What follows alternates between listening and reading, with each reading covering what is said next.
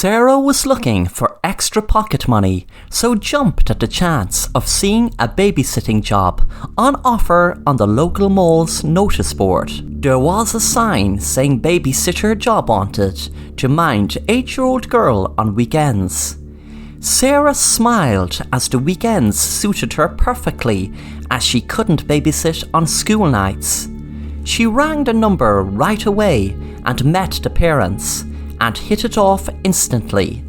Sarah started work on Friday. She was greeted at the door by the girl's mom. She was acting kinda strange and said to Sarah, "My daughter's name is Jess. She can be a bit troublesome at times, so I hope you don't think it's strange, but we have her locked in her room. I hope you don't think we're awful, but she really can get up to a lot of mischief." Sarah found it very strange how they could lock an 8-year-old girl up in her room all night. The mother realised Sarah was wondering, was the little girl kept prisoner in her room? So she said, "Don't worry, Jess isn't locked in her room when we're at home. It's just you're a new babysitter and she will need time to adjust." An hour later, the parents were gone out and Sarah was sitting down in the living room on her own, feeling awful that the poor little girl was all on her own, locked in her room. How cruel her parents must be to do it. Sarah walked up the stairs and called out, "Jess, are you there?" "I'm in here," the little girl said. Then she said, "My parents keep the key above the door. Could you please let me out?" Sarah felt sorry for the little girl and opened the door and let her out. The girl was no trouble. She went downstairs with Sarah and just started drawing while Sarah was watching TV. A few minutes later, a black cat walked into the room. Sarah was surprised as she didn't see the cat before. Then, with more surprise, a dog walked into the room. Yet again, Sarah had never seen the dog in the house before, and she walked around it just after the parents left. Then suddenly, the dog attacked the cat, ripping it apart with blood flying everywhere in the room. Jess, the little girl, didn't even seem to notice. She was just lost in a world of her own, drawing on pages. Sarah couldn't believe her eyes what happened next. A load of birds seemed to enter the room all of a sudden.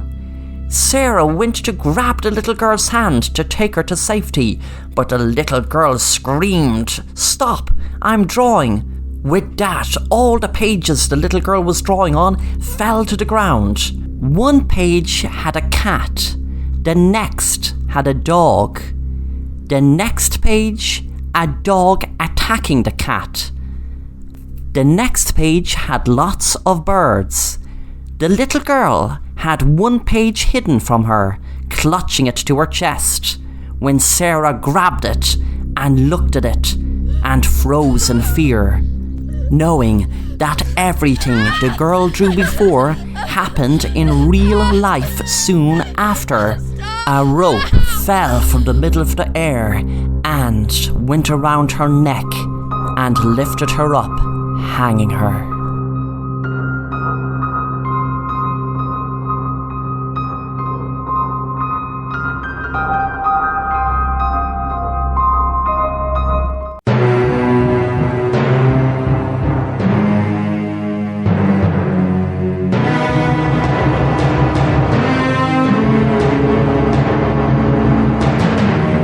Everything changed one night when I was bored and I decided to look through the attic to see could I find anything cool. I came across a really big box of old comics, and one that really caught my eye was a comic called Weird Tales from 1928.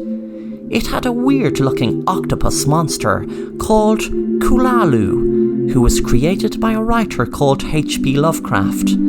I went downstairs into my bedroom and couldn't stop reading. It was so exciting and so interesting. It was like the comic was written just for me. I found it so awesome.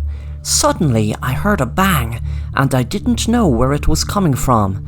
It seemed to be coming from under my bed. I froze with fear, as the comic I was reading was spooky enough, besides an unexplained noise coming from under my bed. I was afraid to look, but knew that I had to, as I would be even more frightened if I didn't. When I looked, I fell with fright, with what looked like a giant octopus jumping out from under my bed. I screamed, then suddenly I woke up. I was grateful. It was all a nightmare. But I couldn't understand. How did I dream about something that I never read or heard about? I researched Cthulhu and weird tales on my laptop, and the comic did exist. I wonder, how did I dream of something I can't even remember hearing of? I kept asking myself that question. I was relieved it was just a dream, but it bugged me. How did I dream of something that did exist, but I can't ever remember hearing it? Anyway, I was glad I was okay, and just tried to look on the bright side. It was all a dream. I realised it was dinner time already, and heard someone shouting at me. It was my mom calling me for dinner. She was just back from work.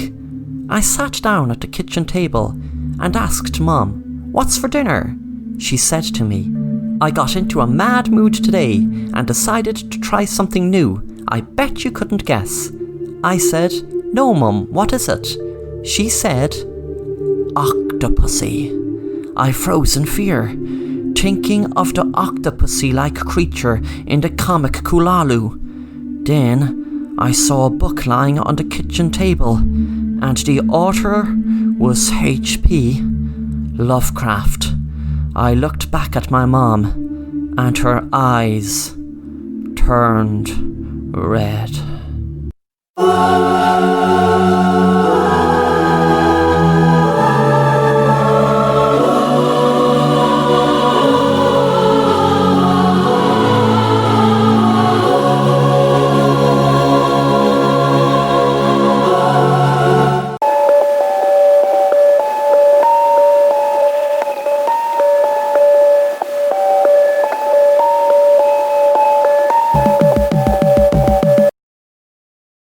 Mary and their daughter Susie were so happy as they were going to a new horror theme house for Halloween. It was meant to have been like a real horror house you'd see in the movies, and there was even a ghost train in it also. They were amazed at the outside of the house. It was like a haunted mansion. They paid for their tickets at the box office and walked through the house, admiring all the Halloween stuff all over the place. Susie said, "I know, it's so cool." Mary turned around and said, "It sure is."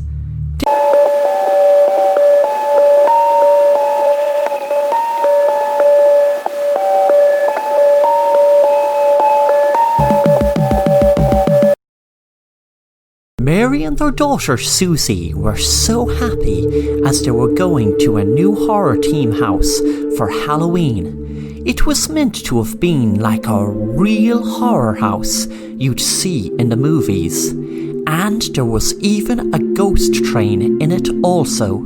They were amazed at the outside of the house. It was like a haunted mansion. They paid for their tickets at the box office and walked through the house, admiring all the Halloween stuff all over the place. Susie said, "I know, it's so cool." Mary turned around and said, "It sure is." Then a while after Susie said, "I'm not allowed," Mary asked her who she was speaking to, and Susie said her imaginary friend. It was going on for a few weeks. Mary heard Susie talking to herself in her bedroom, but when she opened the door, nobody was there. Mary asked Susie what was her friend's name, but Susie said she wasn't going to tell her until after midnight. Susie found it strange, But guessed lots of kids had imaginary friends. When they walked out of the house, they were in a mock graveyard with ghouls, witches and goblins and all other sorts of spooky things. They walked around admiring it. The place had an eerie feel to it, but Mary and Susie were enjoying it. Susie got really excited when she saw a Ferris wheel and begged her mom to go on it. Mary was afraid of heights, but let Susie go on it alone. Susie was so excited, and when she was going around on the wheel, Mary took a photo of her. After the ride, Susie came down, and Mary was wondering why she was soaking wet. She asked, "Sweetie, why are you soaking wet?" Susie said, "Because my friend was hugging me. She was scared, and she was wet." Her clothes and hair were soaking wet. Mary just put this down to another weird tale about her imaginary friend, but she had no explanation what soaked her. But then things got weirder when she checked her phone and froze in fear. She could see a weird face next to Susie in the Ferris wheel cart that she was in alone. She asked her who it was or what it was, and Susie said, "That's my friend." Afterwards, Mary approached one of the workers asking was the face some sort of Halloween trick for the park. But the worker said, "No miss, sorry, I've no idea what that is, but I know every single trick we have in this park, and believe me, that is not one of them." Later that night, when Mary was at home, she was pondering on what made that weird face appear in the pic, and adding to the weirdness of the whole thing, Susie talking about her imaginary friend. Something clicked with Mary. Her friend wouldn't tell her name until after midnight. Her being soaking wet. Mary looked through her drawer and took out her diary she kept since she was 8 years old, the same age as Susie is now. She read, "Today was Halloween, but it was the worst Halloween ever. Me and my friend snuck out of the house after midnight and went down to the lake that was meant to have been haunted. We were walking over a plank of wood when my sister Amanda fell into the river. I tried to save her, but I couldn't. I had just ran home and pretended I was asleep all night." Mary froze in fear, reliving that horrible Halloween night when she was 8 years old. No one knew what had happened. The body was discovered a few weeks later, but it was put down to an unexplained death other than drowning. The words "after midnight" came into Mary's head again. She ran into Susie's room. When she opened the door, she could see Susie staring at a little girl that said, "My name is Amanda."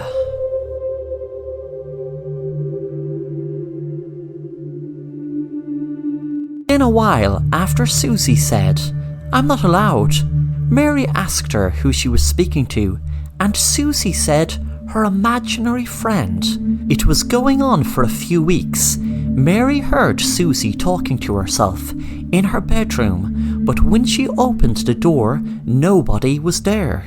Mary asked Susie what was her friend's name, but Susie said she wasn't going to tell her until after midnight. Susie found it strange, but guessed lots of kids had imaginary friends. When they walked out of the house, they were in a mock graveyard with ghouls, witches and goblins and all other sorts of spooky things. They walked around admiring it. The place had an eerie feel to it, but Mary and Susie were enjoying it. Susie got really excited when she saw a Ferris wheel and begged her mom to go on it. Mary was afraid of heights, but let Susie go on it alone. Susie was so excited, and when she was going around on the wheel, Mary took a photo of her. After the ride, Susie came down, and Mary was wondering why she was soaking wet. She asked, "Sweetie, why are you soaking wet?" Susie said, "Because my friend was hugging me. She was scared, and she was wet." Her clothes and hair were soaking wet. Mary just put this down to another weird tale about her imaginary friend, but she had no explanation what soaked her. But then things got weirder when she checked her phone and froze in fear. She could see a weird face next to Susie in the Ferris wheel cart that she was in alone. She asked her who it was or what it was, and Susie said, "That's my friend." Afterwards, Mary approached one of the workers asking was the face some sort of Halloween trick for the park, but the worker said, "No miss, sorry, I've no idea what that is, but I know every single trick we have in this park, and believe me, that is not one of them." Later that night, when Mary was at home, she was pondering on what made that weird face appear in the pic, and adding to the weirdness of the whole thing, Susie talking about her imaginary friend. Something clicked with Mary. Her friend wouldn't tell her name until after midnight. Her being soaking wet. Mary looked through her drawer and took out her diary she kept since she was 8 years old, the same age as Susie is now. She read, "Today was Halloween, but it was the worst Halloween ever. Me and my friend snuck out of the house after midnight and went down to the lake that was meant to have been haunted. We were walking over a plank of wood when my sister Amanda fell into the river. I tried to save her, but I couldn't. I had just ran home and pretended I was asleep all night." Mary froze in fear, reliving that horrible Halloween night when she was 8 years old. No one knew what had happened. The body was discovered a few weeks later, but it was put down to an unexplained death other than drowning. The words "after midnight" came into Mary's head again. She ran into Susie's room. When she opened the door, she could see Susie staring at a little girl that said, "My name is Amanda."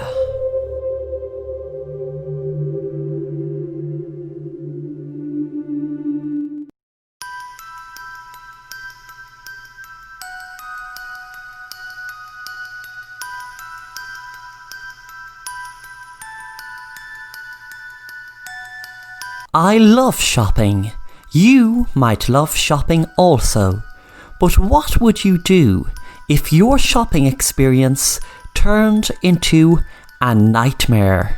I have a true story that was just that. It happened in a town in California called Oxnard. The town has a population of just over 200,000 people, and even though this town is the home of this horror story, it was ironically voted one of the safest cities in the United States of America back in 2013. The crime level is low and the income level is high.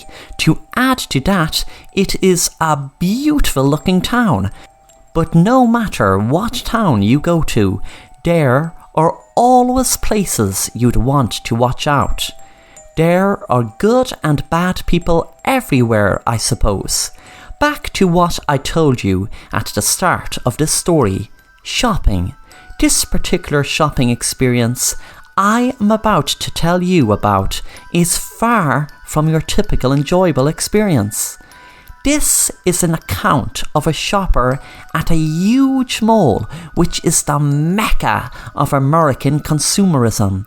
The place to everyone go to get basically anything they desire, whether it be a book, clothes, food or a toy. Toys will feature heavy in this story. Bear in mind this particular store is meant to be haunted, but also bear in mind that not every store is haunted, of course. The ghost that people talk about in this store is of a little girl of Mexican-American descent. She is said to like to play in the toy aisle. There is nothing strange about that. What kid doesn't? But what is strange is she is a ghost. Employees and patrons have seen her roam around in the girls' toys section, but sometimes she can be seen playing with the trucks as well. She doesn't come across as sinister or dangerous to people who spot her. She's meant to usually greet them with a ghoulish smile. Why people say ghoulish is because her eyes are milk white, but her entire body is covered in blood. One customer said the first time they saw her, they just about died and went up to Jesus. They thought it was some kid who had hurt themselves. When the person saw the girl disappear in front of her very eyes, she knew she was a ghost. But the girl never talks. Some people believe that the girl was murdered years and years ago in the field where the huge mole now stands. That is a rumour which was made in the circle of people that came across the girl. Whether it is true or not, they don't know. The people who see the girl are often greeted by her smile. One person who has seen the girl said it stands to reason that if she has been haunting that area for all these years, forever trapped in the spirit and mentality of a little girl, she would find the sudden appearance of a bunch of toys around her to be a golden opportunity. As horrific as this story is, no one has exactly any cause to fear the ghost. The main reason for people being so disturbed is the sheer volume of blood on her is enough to freak people out. A former employee has said, "We just let her be mostly. She doesn't hurt anyone, at least so far, and there's really not much we could do about her if we wanted to." It's sad, you know, that little girl playing all alone in there in the toys with no friends or family to be with her. So yeah, we just let her be, and we hope that she never decides that she doesn't like us anymore.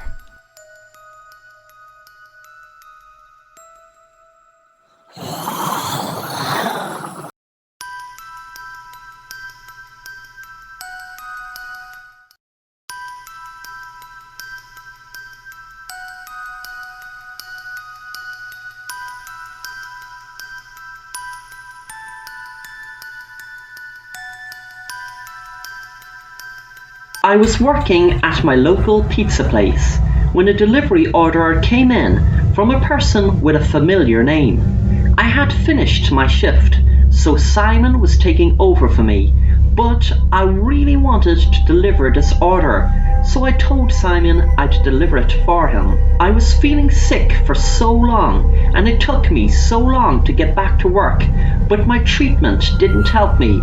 It just made things worse. A while later, I knocked on the door with the pizza, and I wanted to see for certain is it the guy I thought it was. I was right, it was.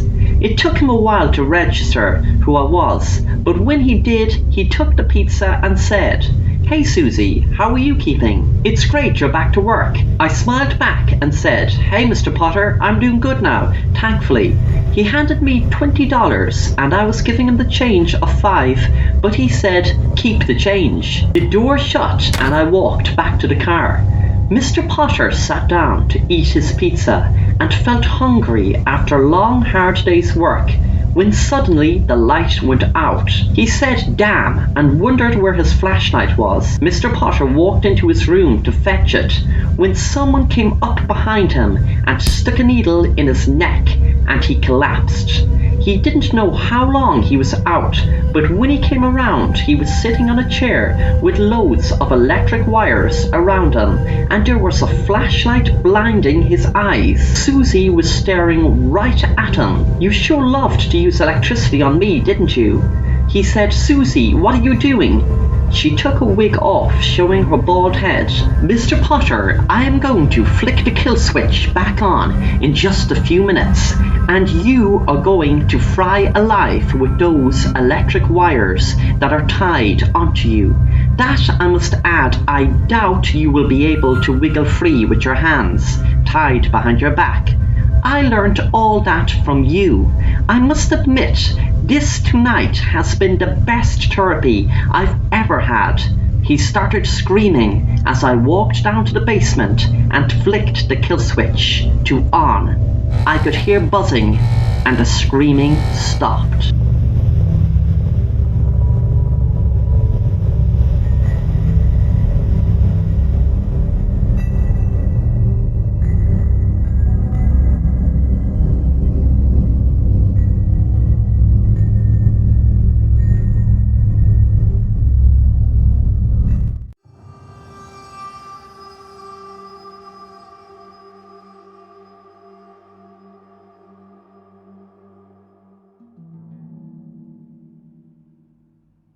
My name is Jason.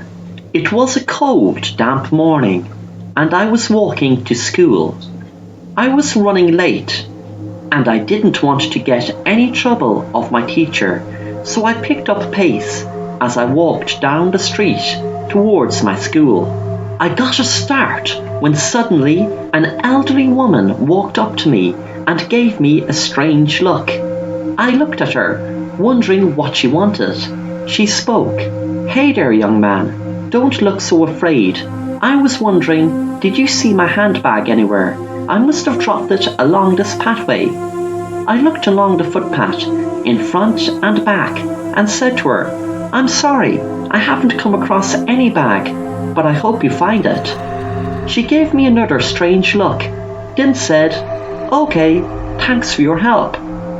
I told the lady, "No problem." Suddenly, an elderly man appeared in front of me. He gave me another strange look.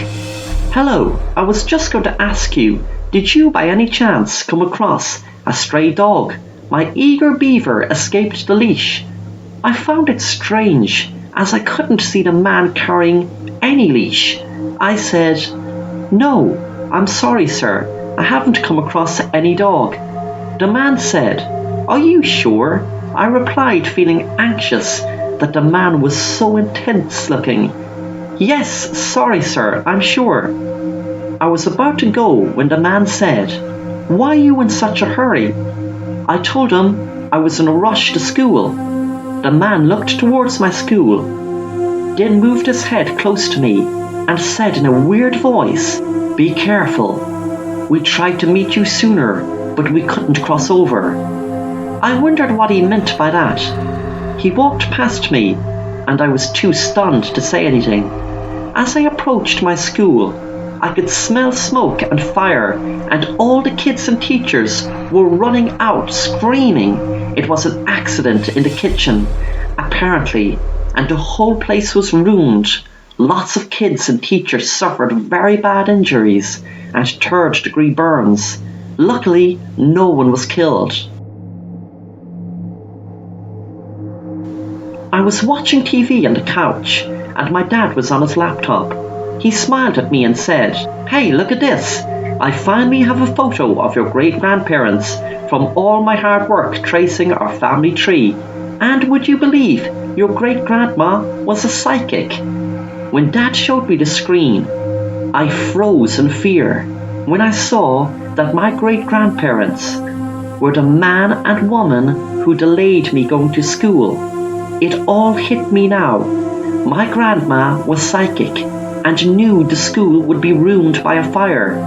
They were delaying me to save my life. It all made sense now.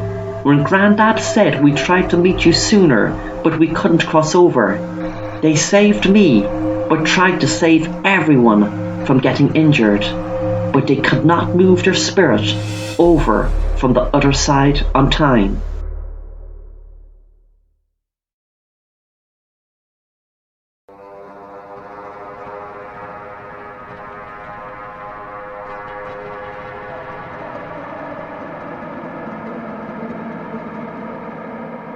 I was home alone watching a horror, and I felt tense as I hated being home alone.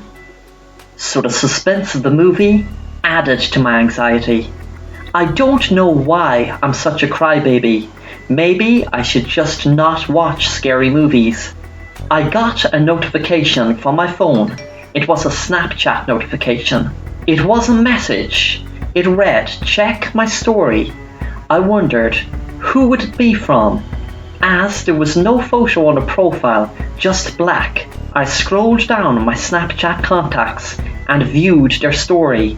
I looked closer, squinting my eyes, as it was very dark. I could make out it was some sort of room. I jumped with fright when I realized it was my front door and the story was taken inside my hall. I looked up from the couch where I was sitting into the hall but could not see anything. I realized the story wouldn't have been live, of course. Maybe it was my boyfriend Jake playing some stupid prank on me, but I still felt dread overcome me and was paralyzed with fear. Whoever this is could still be in my house. I got another notification and almost turned my phone off, but knew that wouldn't change anything if someone was actually in my house. I pressed the button and viewed the snap. This time it was a video. I could see the back of my head and my phone in my hand. Whoever was filming this snap was just behind me and is just behind me now. My heart jumped in my chest and I felt like screaming but couldn't as I was frozen with fear. I suddenly felt a hand touch my shoulder and jumped and screamed. A man walked around with a mask, then took the mask off and he stared right at me. Let me introduce myself. You can call me, Jake. You don't know me, as you were too busy stealing my phone the other day. I followed you home, and that's how I know where you live. I was going to call the police, but decided there would be something more creative I could do. I shouted, please, please, I don't know what you're talking about. I didn't steal any phone. The man pulled out a phone. Oh, but you see, you did. I have it all here on camera. Luckily, my good old observant friend caught the whole thing while pretending to be busy texting. He showed me the camera and I felt disgust watching my twin sister kissing my boyfriend. I looked up in fear, hoping he would believe me. That is not me. That is my twin. I looked up in fear, hoping he would believe me. That is not me. That is my twin sister cheating with my goddamn boyfriend. Jake laughed. Do you expect me to believe that? I flicked through my phone and showed him a pic of me and my twin sister Sarah. He looked at it and then back to me. Well, where is your twin sister then? I was shaking with fear. She's at work. She will be home at 12. It was 11:30 now. I said, that bitch was kissing my boyfriend. I'll lead you right to her if you like. Jake smiled again and said, sounds like a plan. But work, wherever that is, well, that's not a place where I can exactly get revenge. I got out my phone and Jake looked at it to see was it his. I knew it wasn't. I'll call her to come straight home. Let me use my home phone. I have no credit. He nodded. Go on then. Call her now. I picked up the phone and after a few rings she answered. Please come back home straight after work. I'm in trouble with my project. I need some help. The deadline is tomorrow. It's an emergency. I hung up before any reply. He said to me, it looks like your twin sister is a thief and someone that stole her own twin sister's boyfriend. Wow, that's bad. This bitch will have what's coming to her. I smiled. You can say that again? If I knew about her being with my boyfriend, I would have tracked you down myself to you teach her a lesson. At 12:10, my sister pulled up in the driveway in a car and knocked on the door. I opened it and Jake was standing at the side. My sister walked in and a cop came in behind her. Once I saw the cop, I screamed, please, help, help, he's in my house. I admitted to the cop afterwards. It was me that stole Jake's phone, but had to pretend it was my twin sister. I held the mute button down when I made the call to my sister. I spoke certain words, so instead of her hearing, I'm in trouble with my project, I need some help, the deadline is tomorrow, it's an emergency. She heard, I'm in trouble, I need help, it's an emergency. I was happy that it worked, pressing mute with certain words. So that is all she heard. And I will never ever steal anything again.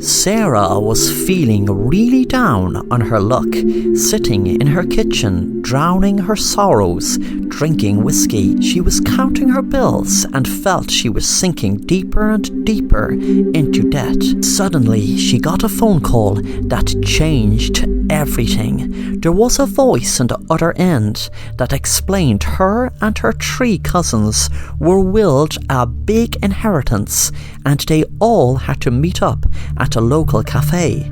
They all were chatting about this distant relative. The relative had no other family but looked up their relatives online and decided to leave a huge amount of money to them. 2 days later, they all met up in the local cafe.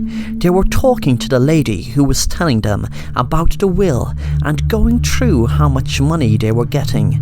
The lady took out a bottle of champagne and said, "I took it on myself to buy this champagne to celebrate." Sarah and her cousins took a glass each. After a while, the women felt drowsy and the woman gave a sinister smile, then said, "Did you notice how quiet the cafe is?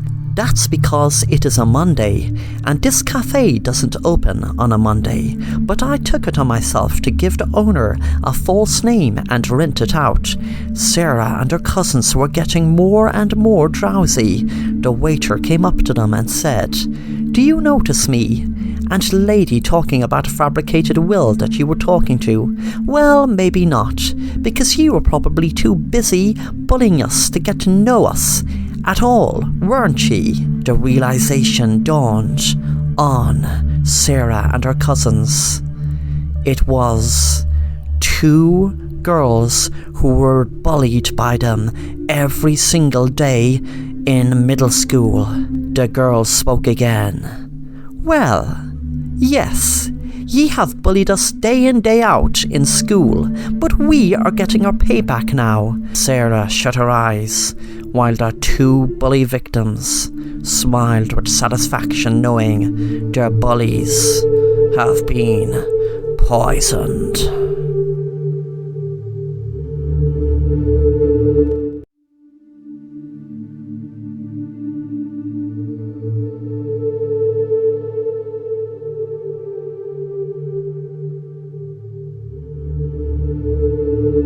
I was working the overnight shift at McDonald's. I know most McDonald's close around midnight, but the one I worked at stayed open all night. I was 17 and dropped out of high school, so I needed a job and they were in desperation for an overnight manager, so I applied and got the job. I remember during the interview that a lot of people had left that job because of creepy things that would happen overnight. I didn't care. I wasn't the type who would get scared easily, and hey, it was a manager role, which meant more money. So one night when I was on the overnight shift, it was just me and my 2 other coworkers. We weren't that busy, so I said that one of you can go home and the other one needs to close with me. So one of them left and the other one stayed. It was awful quiet for some reason. My employee told me that he was going on his lunch break. I said that's fine, I'll hold down the fort. So he went out there to get his food from his car. He told me that someone broke into his car and that he would worry about it after his shift. While I am waiting for customers to come, I noticed a tall man across the street staring at me. I try not to worry about it, but over time he would move more and more towards the McDonald's slowly. It was every time I would look away, he would slowly move closer to us. I was in the back washing dishes, then I heard a loud stroke. So I ran up in the front to see what it was, and to my surprise, it was the man. He said, "I want free food." And he kept repeating it over and over. "I want free food. I want free food. I interrupted him. "Sir, I'm sorry, but we cannot give free food." He takes a step back and laughs. His face is so creepy and his clothes are all filthy. This man gave me a bad vibe, as in where this wouldn't end up in a good situation. So, for the safety of me and my other employee, I offer him some free fries. The man twitches his head and smiles. Then, my employee steps in the way and says, "No, we are not giving away free food." I told my employee it's fine, just drop it.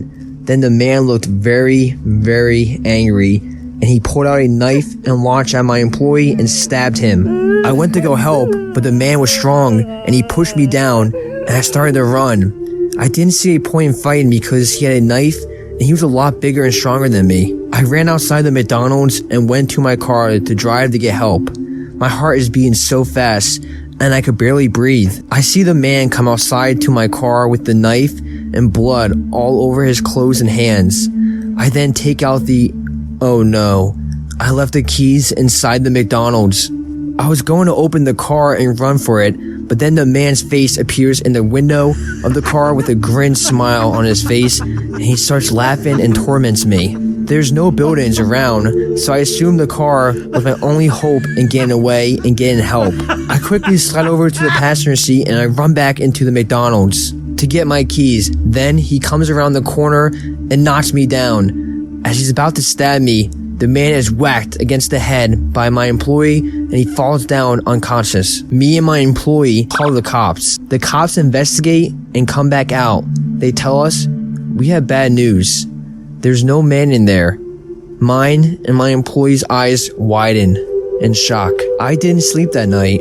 I decided to quit that job and I told my employee to quit as well. But my employee was meeting ends on bills, so he couldn't afford to quit. Then, as I'm watching the news, I found out that the man came back that night and killed my employee and the manager on duty. Thank God I wasn't there. I don't think I'll be telling this story. It's been 50 years since that has happened. I still haven't left my house. Haven't shaved in over 50 years. I wonder what it's like outside. As I peek my head outside, I see the man smiling with a knife. I look down, then back up, and he's gone. I look behind me, and there he is. Well, there's the end of the story. That's the story of how I murdered the McDonald's manager who thought he escaped. Now, I can finally retire.